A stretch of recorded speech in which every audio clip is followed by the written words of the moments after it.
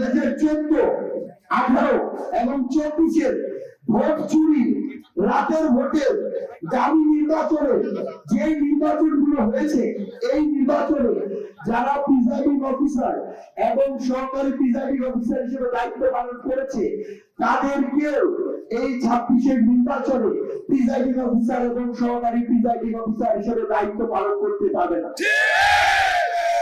যারা নিজের নীতি নৈতিকতাকে বিসর্জন দিয়ে এত বড় একটা ভোট চুরি, স্বৈরাচার তৈরি নির্বাচনে সহযোগিতা করেছে, তারা আগামী স্বচ্ছ যে নির্বাচন আমরা প্রত্যাশা করি, সেই নির্বাচনে কখনোই অংশীদার হিসেবে থাকতে পারে না। জেলা প্রশাসনের পক্ষ থেকে কথা দেওয়া হয়েছে, তারা যেহেতু আজকে বৃহস্পতিবার, আগামী সপ্তাহের মধ্যে এটার পূর্ণাঙ্গ তালিকা তারা তাদের জায়গা থেকে নতুন করে ঠিক করবে। কেউ যদি থাকে বাদ দিয়ে তাদের মতো করে তাদের গোয়েন্দা তথ্যের ভিত্তিতে যাকে নিয়ে সবচেয়ে ভালো হবে তারা তাকে দিবে।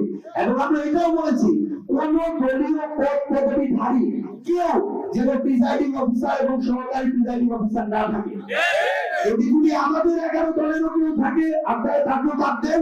যদি বিএনপি কেউ থাকে, তাকে বাদ দিন।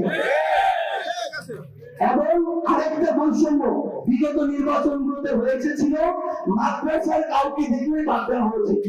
যে বৈষম্য আওয়ামী লীগ করেছে, এই বৈষম্য আমাদের এই নতুন বাংলাদেশে কেউ করতে পারে না।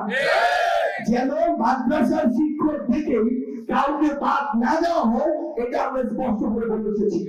যদি কেউ পদ পদবিতে থাকে কোন দলের, তখন তাকে বাদ দিলে আমাদের কোনো আপত্তি থাকবে না। এবং 3 নম্বর যে দাবিটি আমরা জানিয়েছি, সেটা হচ্ছে আমাদের বর্তমানে এই পঞ্চগড় জেলার আমরা যদি দেখি, এই এক আসনে আমাদের 3টি উপজেলা, 3টি থানা, 3 থানার 3জন ওসির নির্বাচনের জন্য পরিবর্তন হয়েছে। আমাদের এসপি সাহেব তিনি তার পরিবর্তন হয়েছে, আমাদের ডিসি মহোদয় তিনি তার পরিবর্তন হয়েছে। 3 উপজেলার মধ্যে 2 উপজেলার ইউনিয়নের পরিবর্তন হয়েছে, শুধুমাত্র তেতুলিয়া উপজেলা ইউনিয়নের পরিবর্তন হয়নি। আমরা আমাদের জায়গা থেকে এর আগে থেকে তিনি যখন এখানে এসেছিলেন, আমাদের অন্যান্য রাজনৈতিক দল, সাধারণ মানুষের পক্ষ থেকে এই অসংখ্য অভিযোগ এসেছিল যে তিনি বিএনপির প্রতি পক্ষপাতমূলক আচরণ করেছেন। আমরা আজকে এখানে জেলা প্রশাসক মহোদয় সহ জনপ্রশাসন মন্ত্রণালয়ের সিনিয়র সচিব মহোদয়, নির্বাচন কমিশনের মাননীয় সচিব মহোদয় থেকে শুরু করে প্রত্যেককে আমরা লিখিত অভিযোগ দিয়েছি এবং আমরা স্পষ্ট করে বলেছি, আগামী সপ্তাহের আগেই আপনাদেরকে আপনাদের জায়গা থেকে সর্বোচ্চ প্রফেশনাল এবং ওই ধরনের ইন্টিগ্রিটি সম্পন্ন আপনারা একজন উপজেলা নির্বাহী অফিসার তেতুলিয়া দিবেন। তাহলে আমরা প্রত্যাশা করি একটা স্বচ্ছ এবং সুষ্ঠু নির্বাচনে তেতুলিয়া আমরা আস্থা রাখতে পারবো।